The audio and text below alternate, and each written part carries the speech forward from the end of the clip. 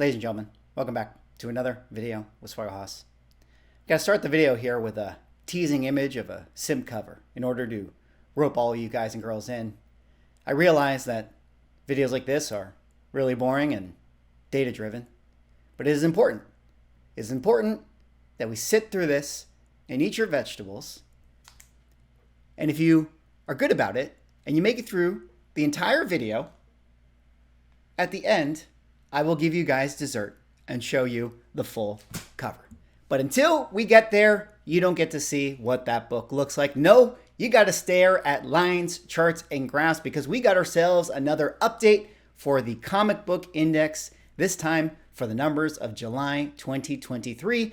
And I got to say, it's looking like we might be getting some lower lows coming in the year. Is the comic book market hemorrhaging value?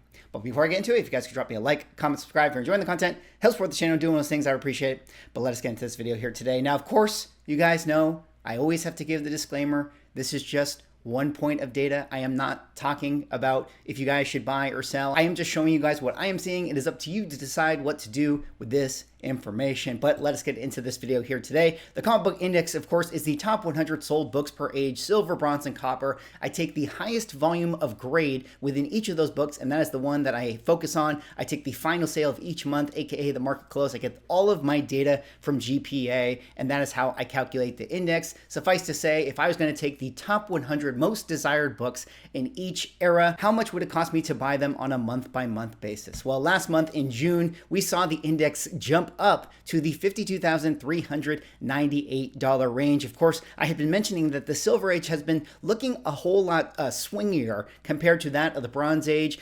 We seem to be that we were oscillating back and forth, up and down months, and we had an up month last month. So by that logic, we would think that we were going to be on the slide once again. And what did we see here in July? Well, yes, we did bounce back down to the $46,969 range, which isn't the calendar low of the year, but it is rivaling that of the calendar low, which kind of, when you start to look at a graph like this and you see it sort of, ping-ponging back and forth, but generally speaking, we're kind of trending downwards. It does sort of feel like that maybe we have lower lows to come and lower highs to come for the rest of the calendar year. I've talked a lot about, macro policy. Interest rates are still up. At the end of the video, I will give you guys my bear and bull take, and I will discuss those nuance points later on, but let us get through the charts first. Now, jumping over to the Bronze Age here, in June, we saw an up month as well at the $42,236 range. In May, we saw the calendar low for the year at $38,930. Now, did the Bronze Age actually mirror that of the Silver Age? It seems to be that a lot of these graphs have been correlated over the last few months or so. And if we go here to the month of July, we actually do see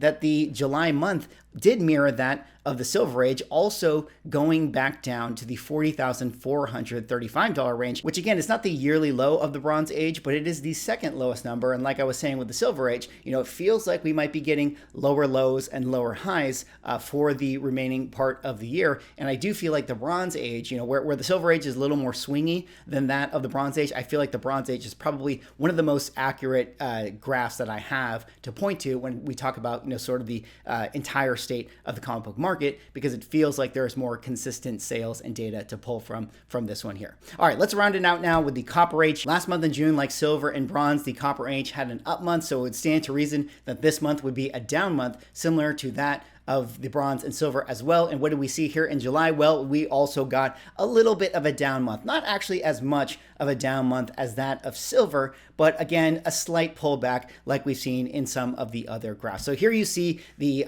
comic book 300, I guess if you want to call it that, Silver, Bronze, and Copper, all sort of seeing a little bit of a pullback. And it does sort of feel like that maybe some of that pullback came with macro policy that, of course, I will talk about later on in the video, but it also feels like it could have been related to the pop cultural aspect as well. Of course, we have the SAG strike. A lot of people were pulling out the San Diego Comic-Con, at least the announcement side of stuff. Some of the movies like The Flash and Secret Invasion have not performed very well in the market. So there has been a lack of excitement for the comic books that are related to the movie properties. But that doesn't mean that people aren't buying comic books, because at San Diego Comic-Con, there were a lot of people in attendance, going around the vendors and visiting booths like Torpedo Comics, who happens to be the sponsor of this video. Now, for those who don't know, Torpedo Comics is one of the best comic comic book stores in the country. They are based out of Las Vegas, Nevada, but have locations in the Southern California area as well. They also have this online store, torpedocomics.com, where you can get great stuff like mystery boxes, raw comics, CGC slabs, and trading cards if you like that Magic the Gathering or Pokemon. They have this handy search feature where you can find the exact comic book you are looking for, like signed books if you're into that sort of thing, which happen to be some of the most desired things at some of the latest cons that we were going to. But if you can't make it out to the con, you can find these great signed books like TMNT The Last Ronin in a CGC 9.9 signed by the great Kevin Eastman. And the best part about torpedocomics.com is if you use my promo code SWAGGLEHOSS, which you'll see in the description, you'll be able to save 10% off on your order. I want to say thank you to Torpedo Comics for sponsoring this video, and let's get back into our index. All right, let's move forward to the key takeaways and main data points before I talk about the bear and bull case for the rest of the year, and at the end of the video, of course, show you guys your grand prize. Well, in the month of June for the Silver Age, we were at 52,398. We went down to 46,969. That is a decrease of 11%. The prior month to that, we actually had an increase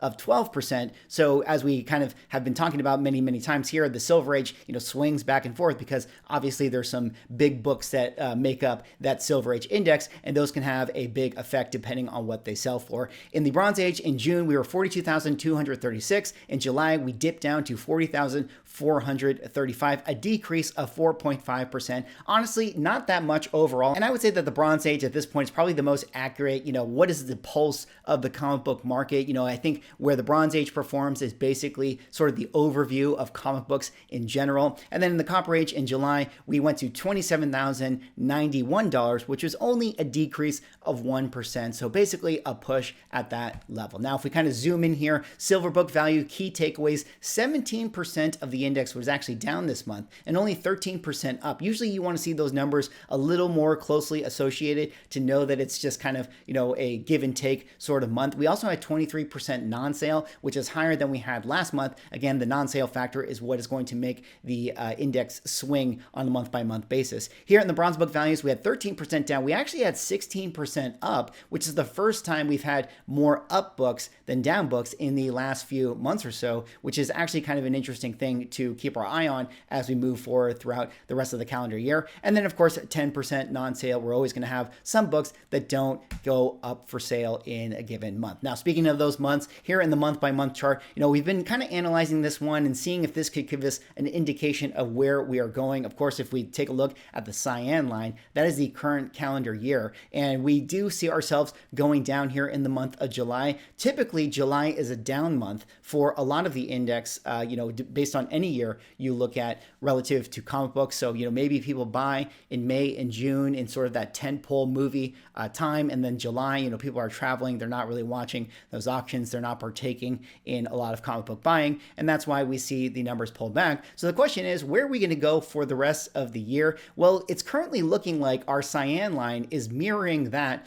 of the orange line, which was 2022. And I would think that that's probably what it's going to look like for the rest of the year. Maybe we're going to see some lower lows at a certain time, not as drastic as a down from what we saw in March, but I do suspect that we could hemorrhage a little bit of value for the rest of the year, especially due to the macroeconomic policy, which has the increase of interest rates, which I will talk about very, very soon. Now, here is the trend line. Again, the trend line is not drawn to scale, just something for us to sort of keep our eyes on. Right now, the Bronze Age is sort of flirting with the bottom line of the trend. I think that this trend line, if anything, is drawn a little bit more accurately to the Silver Age index, which, as we can see, the Silver Age is right smack in the middle of the trend line. But of course, a trend line is only a trend line until it's not a trend line anymore. We could go lower or we could go higher, which brings us to the bear and bull case. This is where I start to give you guys my thoughts of what's going on in the comic book market. Now, I said many times here on the channel as we've been doing our index, that I think that macroeconomic policy has much more to do with the overall state of the values of comic books, more so than that of whatever is going on in pop culture or movies or whatever the case may be.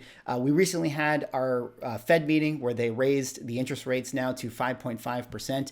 There's a lot of people saying Jerome Powell has been talking about how they're planning on raising it one more time before they do a pause. Now, we don't know how long the pause is going to last. Some people think that it could be through the rest of the year. Some people think that it could go well into 2024. I think that the market thinks that Q1 and Q2 is when we will start to cut rates once again. At least that's what the market is predicting right now. There's actually no way to actually know if that is the case, but it'll be my suspicion that if we do start to cut rates, that is when comic books will officially start to turn the corner. Because remember, we have to think about this. The point of the Fed raising interest rates is to pull money and liquidity out of the system.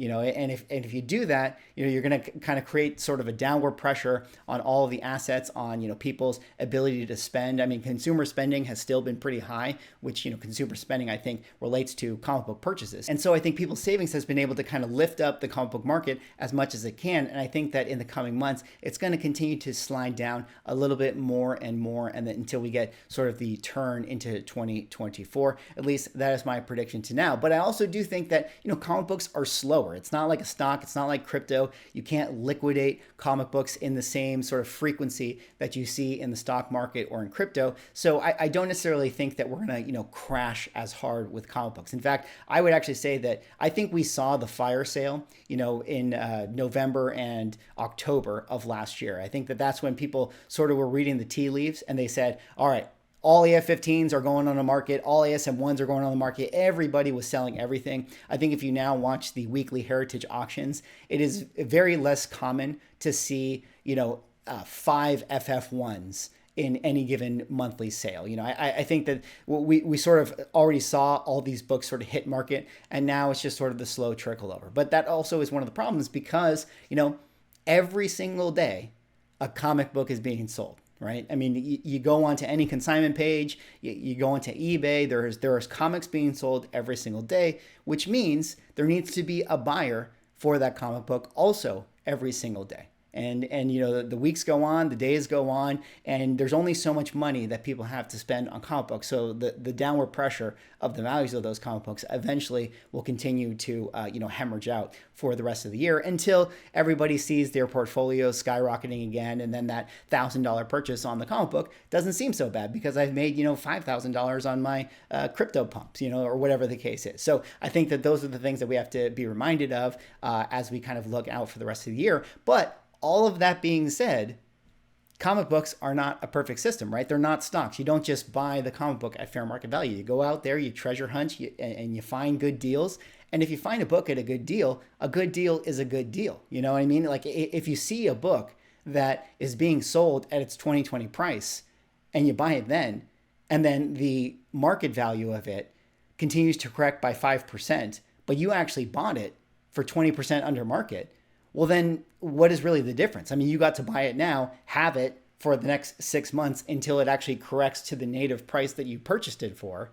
And then when we turn the corner, you get to ride that book to the moon, if in theory books go to the moon. But you know what I'm saying? So, I mean, I think right now you can still buy comics. You can still find deals out there. That doesn't mean that you shouldn't buy anything, even if the index continues to go down in value.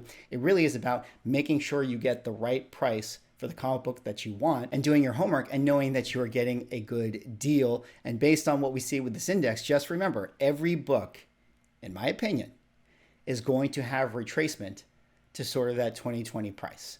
So if there's a book out there that you've had your eye on and it is still sitting 100% above the value that it was selling for in 2020, it is my suspicion that that book will eventually correct, with certain exceptions. Obviously, if it is extremely rare or golden age or like extremely high silver age grade, I mean, then yeah, sure. But if it's a book that is relatively common, that goes up for sale basically every week, I have the feeling eventually all those books will retrace. So you just gotta have a little bit of patience. Anyways, that's all I have for this video. That was the index update for the month of July 2023. We are already halfway through the year. Let me know what you guys think. What do you guys think of the current state of the comic book market? Where do you guys think we are? Are you guys still Team MoonBoys? Are you guys Team BearBros? How are you guys feeling about comic books for the rest of the year? Are you guys buying? Are you guys selling? Let me know in the comments. I know what you guys are thinking. I don't know if anyone is still watching this video. In fact, you guys probably fast forwarded to the end of this video to get to the good part, but I am a man of my word. You guys sat through this boring lines, charts, and graphs video, so I'm gonna give you guys what you want. I'm gonna show you guys the sim cover. See you guys in the next video.